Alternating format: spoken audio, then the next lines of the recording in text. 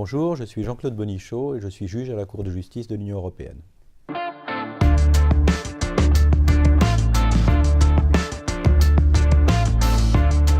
Alors, vu de l'extérieur, comme vous le dites, et surtout vu du côté d'un juriste français, la chose qui frappe, c'est que ce sont des arrêts qui sont longs. Que ce soit ceux du tribunal, soit ceux de la Cour, soit ceux du tribunal de la fonction publique. Et lorsque je suis arrivé ici en 1987, j'avais fait cette réflexion, et vraiment, on devrait faire plus court. Et certains de mes collègues avaient dit, mais non, non, non, les arrêts de la Cour sont trop courts et sont au bord de l'insuffisance de motivation. Voilà, c'est une des choses tout à fait extraordinaires que l'on apprend ici.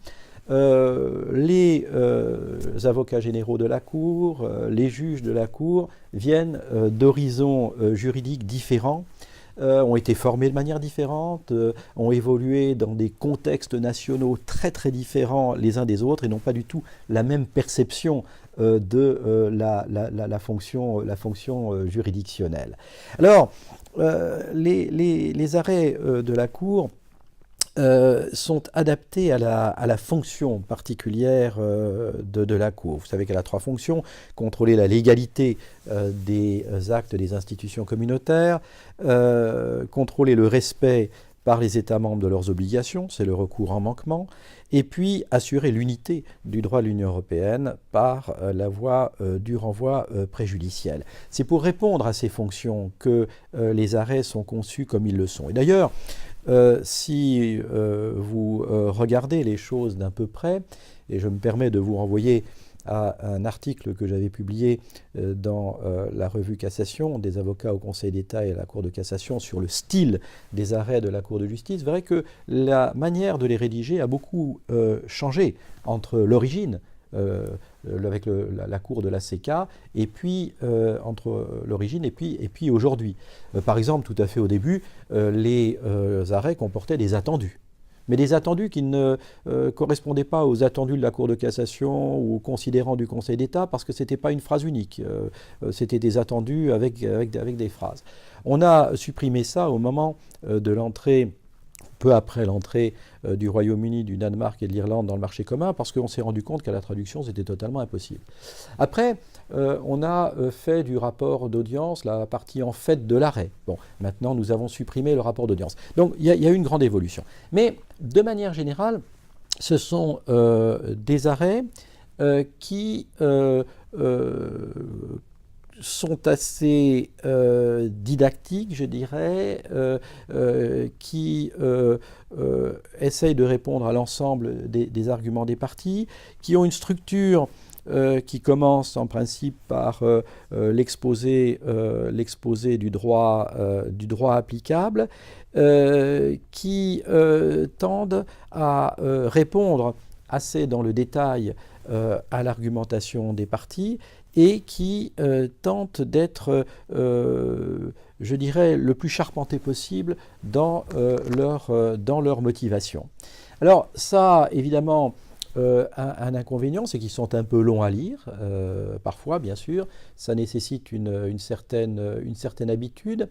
Et surtout, et là je m'adresse aux étudiants, aux professeurs et aux chercheurs, ces arrêts supposent que l'on ait bien en tête et que l'on ait bien identifié la question de départ posée à la Cour pour arriver à apprécier exactement la portée de la solution qui est donnée. Parce que très souvent on s'en tient aux formules un peu frappées ou reprises d'autres arrêts de précédents qui figurent dans l'arrêt, sans suffisamment porter attention au cas de figure particulier qui est porté devant la Cour. Si on veut réellement apprécier la portée de la solution donnée par la Cour, il faut vraiment partir de cela, c'est-à-dire quelle était exactement la question qui est posée pour pouvoir apprécier l'ensemble du raisonnement.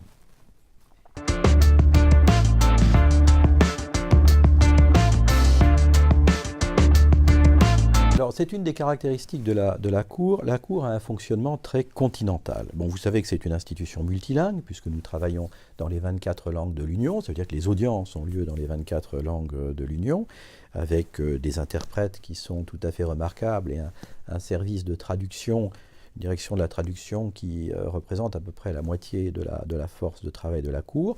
Mais comme on le sait aussi, la Cour délibère en français. Alors la Cour délibère sur un projet d'arrêt rédigé par le juge rapporteur, avec l'aide de ses collaborateurs, c'est-à-dire de ses référendaires.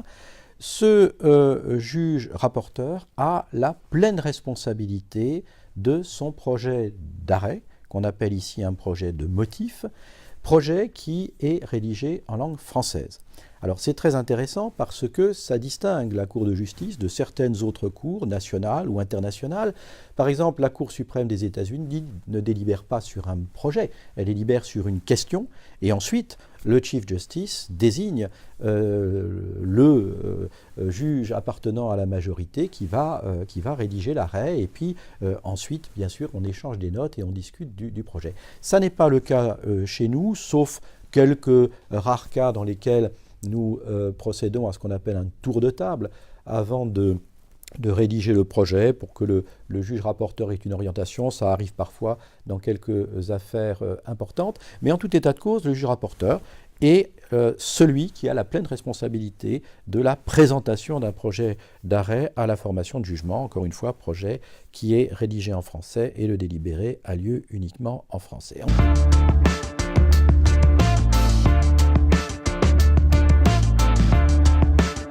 Sans violer le secret du délibéré, comme vous l'avez dit, je peux vous dire que les délibérés sont très peu formalistes. C'est-à-dire qu'il n'y a pas d'ordre de prise de parole.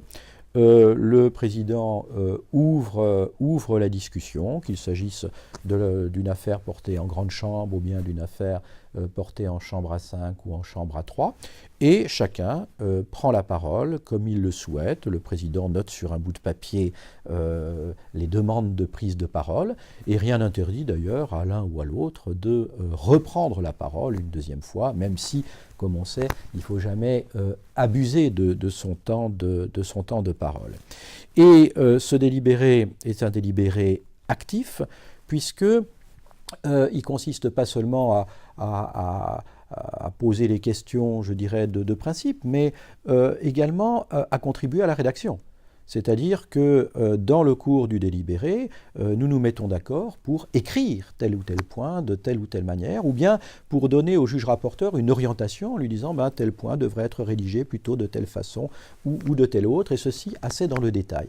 Donc c'est un délibéré réel, c'est un délibéré actif, c'est un délibéré constructif, et le juge rapporteur a la responsabilité, bien sûr, du résultat final qui est ensuite transmis à tout le monde. Et le cas échéant, si vraiment on voyait quelque chose qui ne colle pas par rapport au délibéré, ou un oubli, ou bien une coquille, eh bien, tout simplement, ce qui peut arriver aussi, on le signale, bien sûr, au juge rapporteur. Pour moi, qui suis un membre du Conseil d'État, où j'ai été complètement formé, ce qui est d'ailleurs la chose qui me sert le plus ici, je dois dire que c'est un délibéré assez proche de celui dont j'ai eu l'habitude dans les formations contentieuses du Conseil d'État.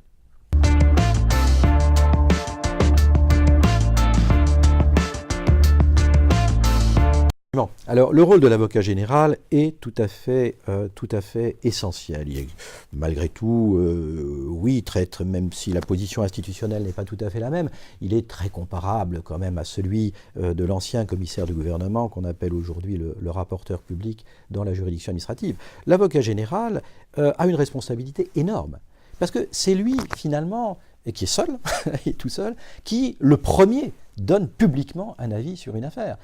Pensons aux conclusions qui ont été données dans l'affaire Gauweiler, le renvoi préjudiciel, le premier renvoi préjudiciel du Bundesverfassungsgericht, c'est-à-dire la Cour constitutionnelle allemande, qui posait la question de la validité de la décision de la Banque centrale européenne de lancer les opérations monétaires sur titre. Vous voyez la responsabilité qui est celle d'un homme ou d'une femme seul à lancer publiquement ces conclusions, lesquelles sont immédiatement publiées sur le site de la Cour de justice et commentées par tout le monde.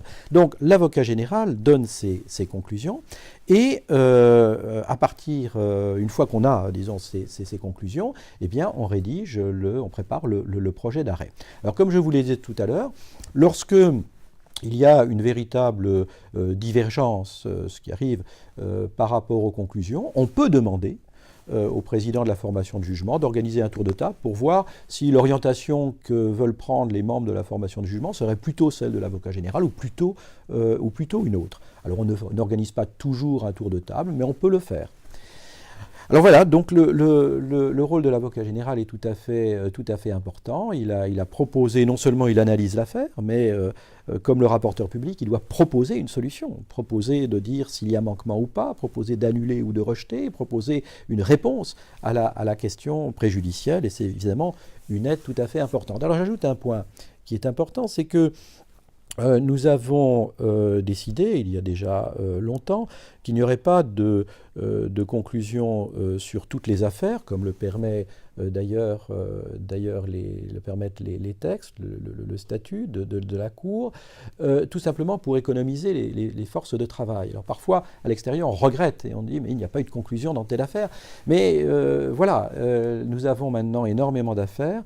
Et nous considérons que dans les affaires dans lesquelles la jurisprudence est bien établie, dans lesquelles il n'y a pas véritablement de questions nouvelles ou de questions difficiles, on se passe de conclusions. Cela bien sûr en accord avec l'avocat général à qui a été attribuée l'affaire par le premier avocat général. C'est lui qui distribue les affaires entre les avocats généraux. C'est un effort que fait le juge rapporteur. C'est toujours plus facile d'avoir quelqu'un qui a défriché un dossier, de venir en second plutôt que de se lancer tout de suite dans le projet de motif.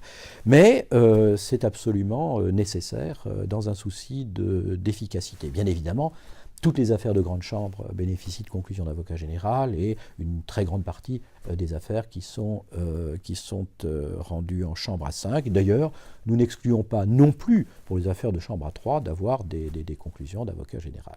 Mais enfin, on fait attention, d'accord avec l'avocat général responsable de l'affaire, de ne pas les faire travailler inutilement.